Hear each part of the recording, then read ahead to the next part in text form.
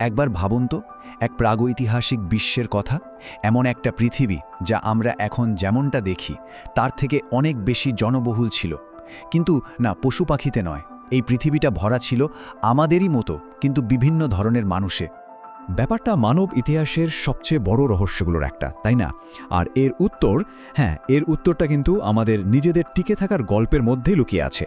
তো চলুন আজ আমাদের সেই হারিয়ে যাওয়া আত্মীয়দের খোঁজে এই রহস্যের তদন্ত শুরু করা যাক।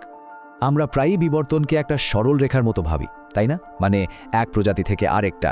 কিন্তু সত্যিটা হলো ব্যাপারটা মোটেই তেমন ছিল না। বরং এটা ছিল একটা ঘন ঝোপের মতো, যেখানে অনেকগুলো ডালপালা একসাথে বেড়ে উঠছিল। মানে ইতিহাসের প্রায় পুরোটা সময় জুড়েই এই পৃথিবীতে কিন্তু একাধিক মানব প্রজাতি একসাথে বসবাস করত। আমাদের প্রজাতি মানে হোমো সেপিয়েন্স কখনোই একা ছিল না। আমরা আসলে এক বিশাল আর বৈচিত্র্যময় পরিবারের শেষ সদস্য, যারা এখনও টিকে আছে। আর ঠিক এখানেই রহস্যটা আরও গভীর হতে শুরু করে। কারণ দেখা যায় অন্য সব মানব প্রজাতির বিলুপ্তির সময়টা অদ্ভুতভাবে একটাই প্রজাতির বিশ্বজুড়ে ছড়িয়ে পড়ার সময়ের সাথে মিলে যায়। আর সেই প্রজাতিটা, হ্যাঁ, ওটা হলাম আমরা, হোমো সেপিয়েন্স। এই টাইমলাইনটা দেখলে একটা অদ্ভুত প্যাটার্ন চোখে পড়ে। ব্যাপারটা অনেকটা ডমিনো পড়ার মতো। মানে যখনই হোমোসেপিয়েন্সরা পৃথিবীর কোনো নতুন জায়গায় পৌঁছেছে, তার কিছুদিনের মধ্যেই সেখানকার স্থানীয় মানব প্রজাতিগুলো মানে হোমেনিডরা বিলুপ্ত হয়ে গেছে। ইউরোপের নিয়ান্ডারথালদের কথাই ধরুন, বা এশিয়ার হোমো ফ্লোরেসিয়েন্সিস, সব জায়গায় একই গল্প। তো প্রশ্নটা হলো, এটা কি শুধুই একটা কাকতালীয় ঘটনা, নাকি এর পেছনে লুকিয়ে আছে আরও বড় কোনো কারণ? আচ্ছা, আমাদের এই তদন্তের প্রথম সূত্রটা, সেটা লুকিয়ে আছে পাথরের কিছু যন্ত্রপাতির মধ্যে। এটা ছিল একটা প্রযুক্তিগত বিপ্লব যা শুধুমাত্র হোমো সেপিয়েন্সরাই ঘটাতে পেরেছিল। ব্যাপারটা বুঝতে হলে আমাদের দুটো আলাদা শিকারের পদ্ধতি দেখতে হবে। একদিকে ছিল নিয়ান্ডারথালরা। ওরা ছিল প্রচণ্ড শক্তিশালী আর সাহসী শিকারী, কোনো সন্দেহ নেই। কিন্তু সমস্যাটা হলো, ওদের ভারী বর্ষা দিয়ে শিকার করতে হলে পশুর একেবারে গায়ে ঘেঁষে যেতে হতো, যা ছিল ভীষণ ভীষণ ঝুঁকিপূর্ণ। আর অন্যদিকে ছিল হোমোসেপিয়েন্স। ওরা বানিয়ে ফেলেছিল দূর থেকে ছোড়ার মতো অস্ত্র, যেমন স্পিয়ার থ্রোয়ার বা তীর ধনুক। এই প্রযুক্তিটা ওদের একটা বিশাল কৌশলগত সুবিধা দিয়েছিল। ওরা অনেক বেশি নিরাপদে আর অনেক সহজে শিকার করতে পারত। দেখে হয়তো মনে হতে পারে এটা সাধারণ একটা পাথরের ফলা, কিন্তু আসলে এটা একটা প্রযুক্তিগত বিস্ময়। এটা শুধু একটা যন্ত্র নয়, এটা ছিল সেপিয়েন্সদের বুদ্ধি আর নতুন কিছু তৈরি করার ক্ষমতার প্রতীক। এই ধরনের উন্নত যন্ত্রপাতি বানানোর দক্ষতায় কিন্তু ওদের যে কোনো পরিবেশে খাপ খাইয়ে নিতে সাহায্য করেছিল, আর বানিয়ে তুলেছিল আলটিমেট ইকোলজিক্যাল জেনারেলিস্ট, মানে এমন এক প্রজাতি যা যে কোনো পরিস্থিতিতে টিকে থাকতে পারে।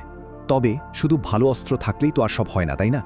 আসল পার্থক্যটা হয়তো পাথরের যন্ত্রে ছিল না, ছিল আমাদের মস্তিষ্কের ভেতরে। চলুন এবার আমাদের তদন্তের দ্বিতীয় সূত্রের দিকে তাকাই, আর সেটা হলো সেপিয়েন্সদের সামাজিক পরাশক্তি। এখানেই হয়তো ওদের টিকে থাকার আসল রহস্যটা লুকিয়ে আছে।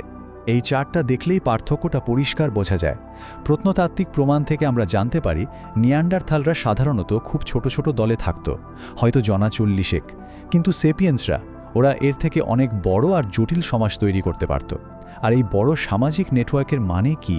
এর মানে হলো আরও বেশি সহযোগিতা, আরও দ্রুত তথ্যের আদান প্রদান, আর বিপদের সময় একে অন্যকে সাহায্য করার ক্ষমতা।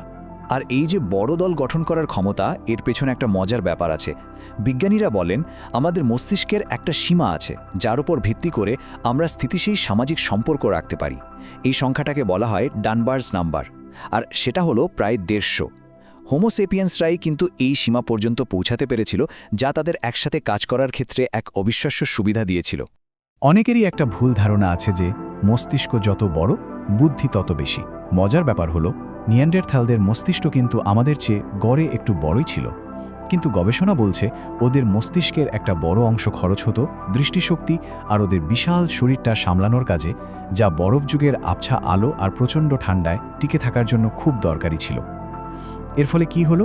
জটিল সামাজিক সম্পর্ক, ভবিষ্যৎ পরিকল্পনা বা উন্নত ভাষার মতো বিষয়গুলোর জন্য ওদের মস্তিষ্কের ক্ষমতা কিছুটা কম পড়ে গিয়েছিল। আর অন্যদিকে আমাদের মানে স্যাপিয়েন্সদের মস্তিষ্কটা যেন বিশেষভাবে তৈরি হয়েছিল সামাজিক যোগাযোগের জন্য। তাহলে আমাদের হাতে দুটো বড় সূত্র এলো, 1 উন্নত প্রযুক্তি, আর 2 এক সামাজিক পরাশক্তি। এবার সময় হয়েছে এই দুটো সূত্রকে একসাথে মিলিয়ে চূড়ান্ত সিদ্ধান্তে আসার। এই রায়টাই ব্যাখ্যা করবে কেন আজ এই পৃথিবীতে আমরাই একমাত্র মানব প্রজাতি হিসেবে টিকে আছি। তাহলে ব্যাপারটা কি দাঁড়ালো? সত্যি বলতে কোনো একটা জাদুকরী ক্ষমতার ব্যাপার এটা ছিল না, বরং অনেকগুলো ছোট ছোট সুবিধার যোগফল সময়ের সাথে সাথে একটা বিশাল পার্থক্য গড়ে দিয়েছিল। ভাবুন একবার, উন্নত দূরপাল্লার অস্ত্র, অনেক বড় সামাজিক দল, ভবিষ্যতের জন্য পরিকল্পনা করার ক্ষমতা আর একসাথে মিলে কাজ করার দক্ষতা, এই সব কিছু মিলে হোমো সেপিয়েন্সকে এমন এক শক্তি দিয়েছিল যার সামনে আর কেউ টিকতে পারেনি। বিখ্যাত প্রত্নতত্ত্ববিদ অধ্যাপক ক্রিস স্ট্রিঙ্গারের একটা কথা আছে যা পুরো ব্যাপারটাকে এক লাইনে নিয়ে আসে। তিনি বলেন, যে দলগুলো ভালোভাবে সহযোগিতা করতে পেরেছিল তারাই শেষ পর্যন্ত টিকেছিল। অর্থাৎ এটা শুধু অন্য প্রজাতির ওপর জয় ছিল না, এটা ছিল সহযোগিতার জয়। আমাদের টিকে থাকার এই অবিশ্বাস্য গল্পটা আজ আমাদেরকেই একটা বিশাল প্রশ্নের সামনে দাঁড় করিয়ে দেয়। আমাদের পূর্বপুরুষরা অন্তত 8টা অন্য মানব প্রজাতিকে পেছনে ফেলে টিকেছিল সহযোগিতার জোরে। এখন এই গ্রহের একমাত্র মানব প্রজাতি হিসাবে আমরা কি ভবিষ্যতের কঠিন চ্যালেঞ্জগুলো মোকাবেলা করার জন্য ঠিক একইভাবে এক হতে পারব? আমাদের সবার সম্মিলিত ভবিষ্যৎ হয়তো এই একটা প্রশ্নের উত্তরের ওপরেই নির্ভর করছে।